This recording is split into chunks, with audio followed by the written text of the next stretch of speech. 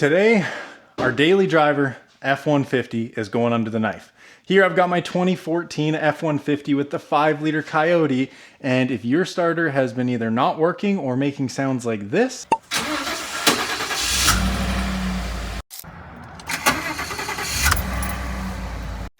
you might have an issue with the starter. And so today we're gonna go ahead and take the old starter out of this thing and replace it with a brand new Ford unit. This is the part number I've got here. We've got a SA-1026. Go ahead and pause it there. And there we have the fresh starter.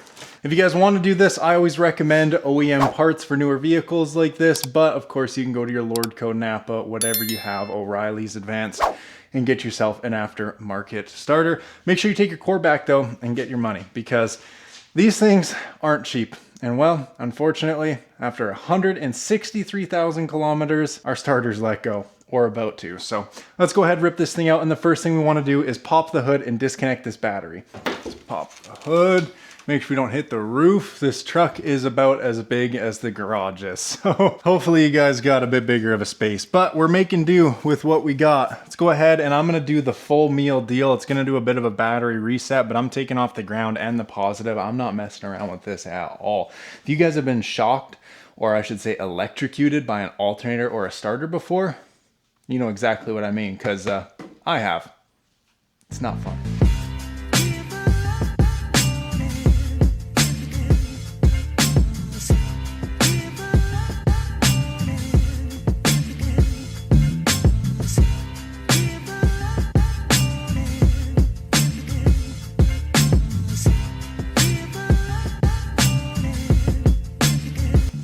All right, just like that, battery's disconnected. And just because I'm doing this myself, I just want to be extra careful. So I went ahead and zip tied the posts to other looms and AC lines, just so there's no possibility they could ever touch the battery.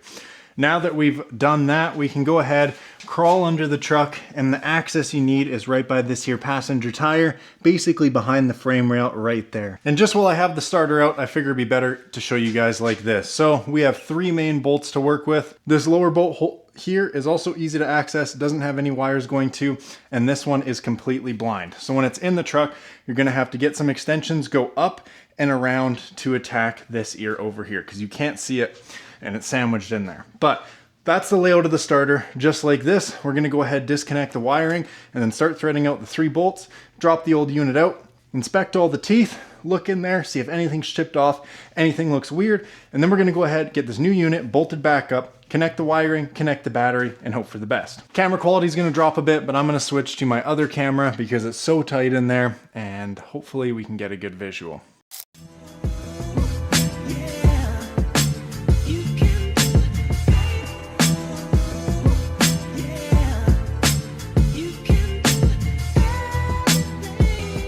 And just as I suspected, it might be a good idea to put some damn glasses on, because I just got about a pound of dirt in my eyes.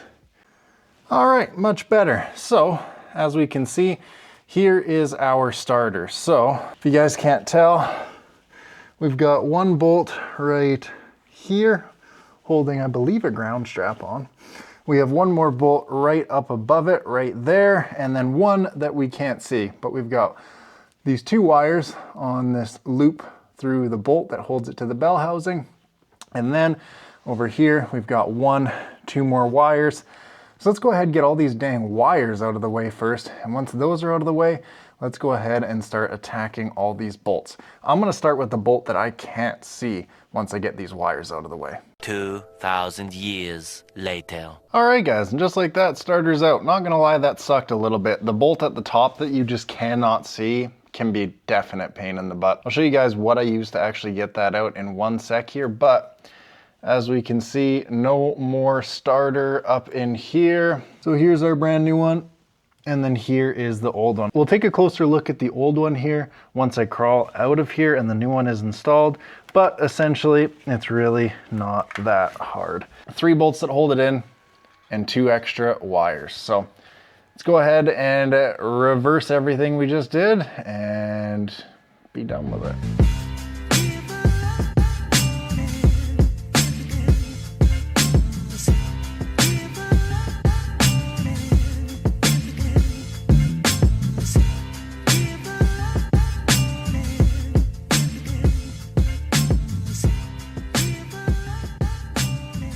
right, and probably been at it for about hour and 45, 2 hours here, and well, she's back in, boys. There is the fresh starter right there. We've got the black and purple reattached with the bolt that holds it to the bell housing.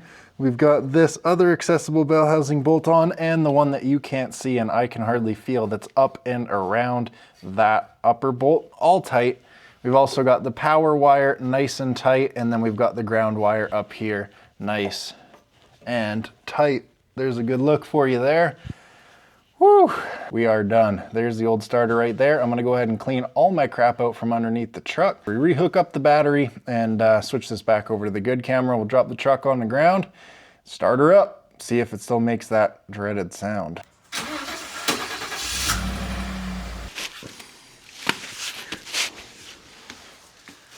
All right, well, starter's in. Let's go ahead and reconnect this battery and see what happens.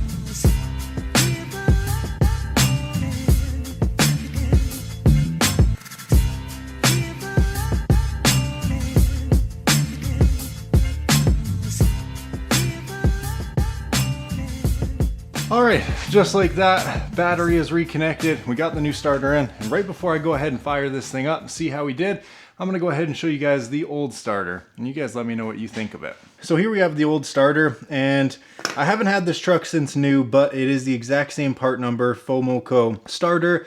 It's pretty corroded on this strap right here. Nothing looks too bad though, other than the fact that it is covered in mud. None of the gears actually were chipped off, but spinning it by hand, it's very crunchy and there's a ton of resistance. Very crunchy, and it honestly feels terrible. So I'm really hoping that this new starter is gonna fix our issue. Let's drop the hood, stick the keys in this thing, crack the garage door so we don't gas ourselves out, and fire this puppy up.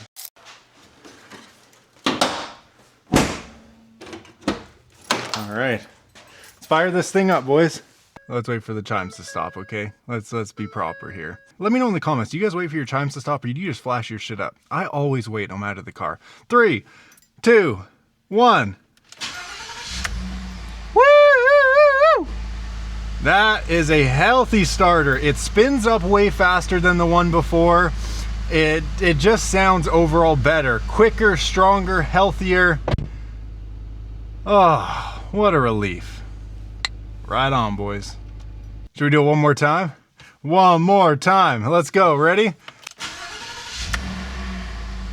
Oh, that thing flashed up quick. And it sounded a lot healthier. Wow. Wow.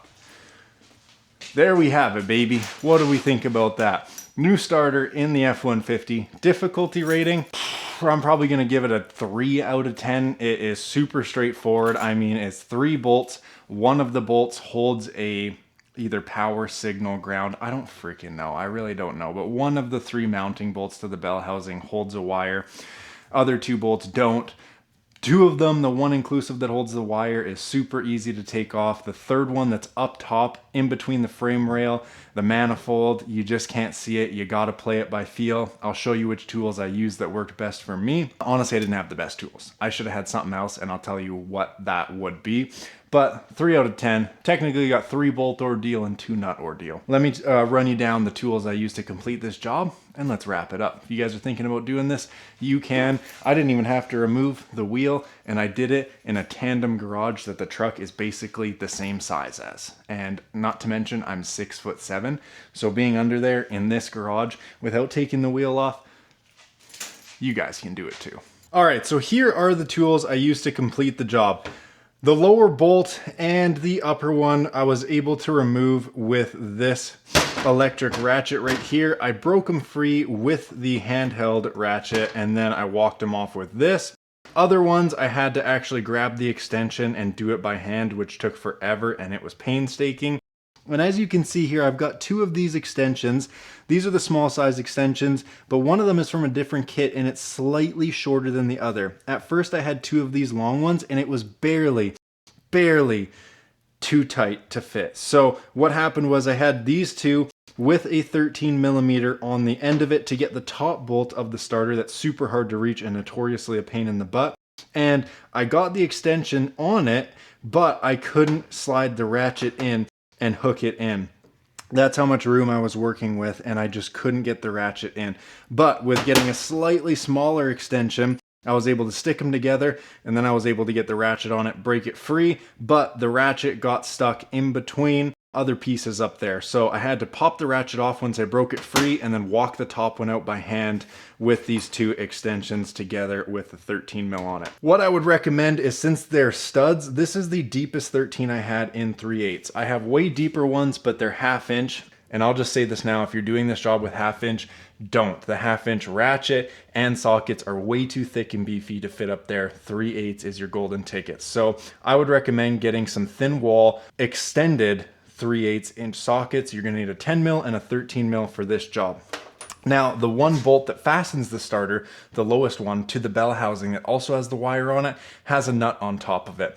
And I would recommend you grab a 13 mil wrench, preferably a shorter one than this. This one's a bit too long. It's a standard size wrench, and you're also gonna want a skinny one. I used my ratcheting wrench at first, which is a bit shorter, which helped in that department with the ability to actually undo the bolt, but the head of it was too thick to actually fit in between the eyelet on the wire and the head of the stud. So I had to get this thin one, but then it was too long, so I was going like an 1/8 turn at a time. Flip the wrench, 1/8 turn, flip the wrench, 1/8 turn. It was a pain in the butt. So a shorter than standard size 13 mil thin wrench is gonna be helpful with that. And instead of a standard 13 mil socket, get a thin wall deep socket for that. I would also recommend a 10 millimeter socket. This one can be a deep as well, but this one worked perfectly fine. The 10 mil is just to take off the power and the ground wire that's fastened to it. Nothing to do with the bolts actually fastening the starter to the bell housing. Aside from that, takes a couple tools and a few hours.